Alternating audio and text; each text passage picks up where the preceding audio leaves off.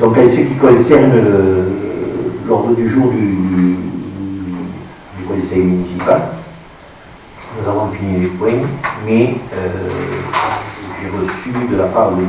Boto des questions diverses. Alors, je voudrais rappeler simplement, dans le mail marqué conformément à la loi, je me permets de soumettre quelques questions diverses pour le prochain conseil municipal. Je pense que, contrairement à ce qui est dit sur ce mail, la loi, je n'ai pas trouvé de loi qui soumette des questions diverses, si ce n'est des questions diverses émanant d'un conseiller municipal. Mais ce sera peut-être la première et la dernière fois que j'accéderai à cette requête. En effet, ce genre de requête ou d'interrogation, les citoyens ont pour habitude de prendre rendez-vous et c'est avec plaisir que je les reçois. Donc je vais répondre quand même à ces questions. Alors la première que je vous ai communiquée, c'est que le conseil municipal ne se réunit pas plus régulièrement qu'une fois par trimestre. Alors, bon, le code des collectivités territoriales attribue donc se réunir au moins une fois par trimestre. Il se trouve qu'à cette période de bouleversement et de compétences territoriales et de fusion des communautés, c'est vrai que nous sommes peut-être un peu moins réunis, mais encore faut-il y avoir les besoins de se réunir. Je pense que nous faisons des réunions informelles du conseil où nous tenons au courant chacun des problèmes qui existent sur la commune et nous nous réunissons au conseil municipal lorsque ceci nous l'impose. Les comptes rendus ne sont pas affichés sous vitelle. Alors pareil, les comptes rendus sont affichés lorsqu'ils sont validés la séance suivante. Effectivement, un compte rendu sommaire, comme le stipule le Code des collectivités territoriales, prévoit qu'un compte rendu sommaire doit être affiché sous vitelle. Effectivement, il peut arriver que quelquefois nous dépassons cette vitelle, mais je relayerai encore, mais en principe, Laurence, puisque c'est elle qui affiche, en principe, fait correctement son travail. La municipalité a-t-elle refusé la zone de revitalisation rurale, pénalisant ainsi les entrepreneurs? Alors, cette question un peu m'interpelle parce que la zone de revitalisation rurale n'est pas définie par la commune, mais par l'État via la préfecture. Et l'arrêté de cette zone de revitalisation rurale date du 9 avril 2004. Et à ce jour, je sais qu'il y a même des entreprises qui ont leur siège social à Sainte-Croix parce que c'est une zone de revitalisation rurale et qui ne travaillent pas sur Sainte-Croix. Les adjoints ne rendent pas compte de leurs actions exécutées durant le trimestre. Ça veut dire quoi? Et les adjoints ne rendent pas compte de la vie. Pourquoi, comment? Qu'est-ce que c'est ces conneries? Je répondrai tout simplement que les adjoints rendent compte au maire, et je vous rappeler que nous avons un travail d'équipe, et chaque semaine, au minimum, nous avons une réunion hebdomadaire. Et tous les matins, on est là.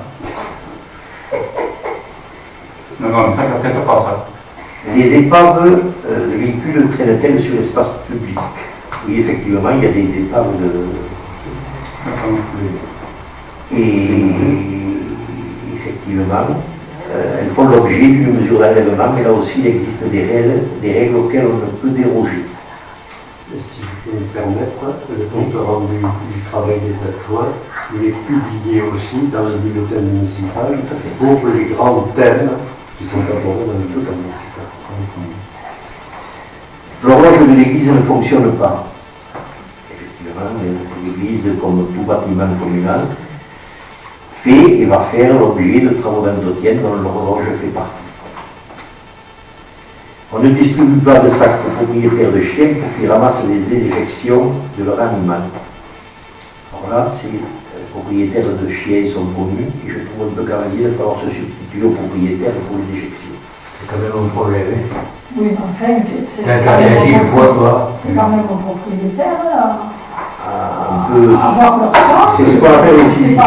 On ne peut pas être des maires. Je suppose que ça fait référence à ces villes qui installent sur les trottoirs des poteaux avec des petits conteneurs de sacs. Parfois ça existe, c'est une grande ville.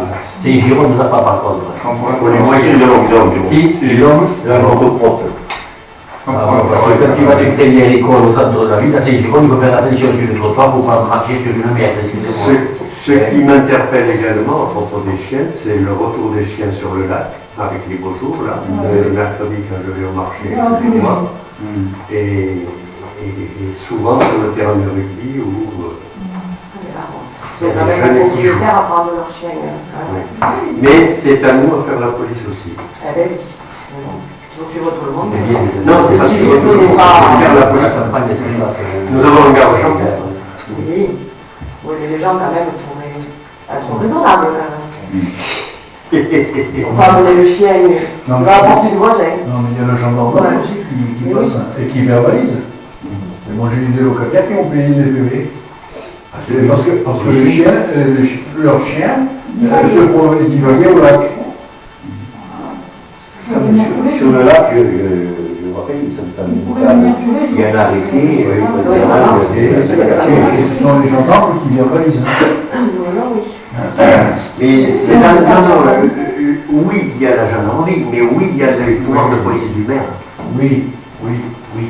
Mais seulement les employés, ils sont occupés à d'autres tâches et ils ne sont pas pouvoir. Après, on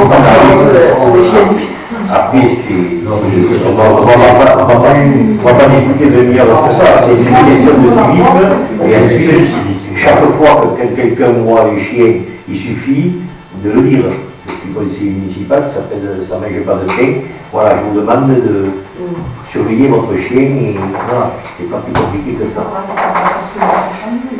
Et c'est que le nettoyage, le souffleur ne passe pas aux HLM, nettoyer le parking. Moi, là, je vais répondre pour Serge aussi, parce que le nettoyage du parking est pris en compte comme les abords du village. Effectivement, comme partout, il y a un peu plus de salissure quelquefois, et je pense qu'on est quand même assez vigilant par rapport à ça. Et je pense qu'il faut un peu plus que le souffleur, Tout à fait. avec les procureurs. Nous, de toute façon, nous y travaillons. Le passage entre les HLM il était fermé sans explication. Alors ça, ce passage, il était ouvert avec des explications. Non. Et je rappelle qu'il y a eu une plainte quand même déposée aux gendarmes à laquelle j'ai pu répondre. C'était communal sur une parcelle appartenant au domaine privé de la commune. Et à ce titre, il y a eu quelques propos un peu diffamatoires qui ont été écrits à l'encontre des employés communaux, qui sont sous ma responsabilité. Et je cite en 2017, les abrutis sont de retour. Et je m'arrêterai là. Le bulletin municipal fait 4 pages. On ne fait pas le bulletin municipal pour broder ou se faire annoncer. On rend compte de la réalité des choses. S'il y a besoin de 4 pages, on écrira 4 pages. Si on a besoin de 6, on en mettra 6. Le secrétariat de mairie est-il fermé le jour du marché? Le secrétariat est fermé effectivement le mercredi. Mais il est ouvert le lundi, le mardi, le vendredi et le samedi matin. L'accueil et la réactivité de notre secrétariat est un modèle en matière de service public. Et je m'arrêterai là. Voilà. Sur ce, la séance du conseil municipal est terminée et levée. Merci.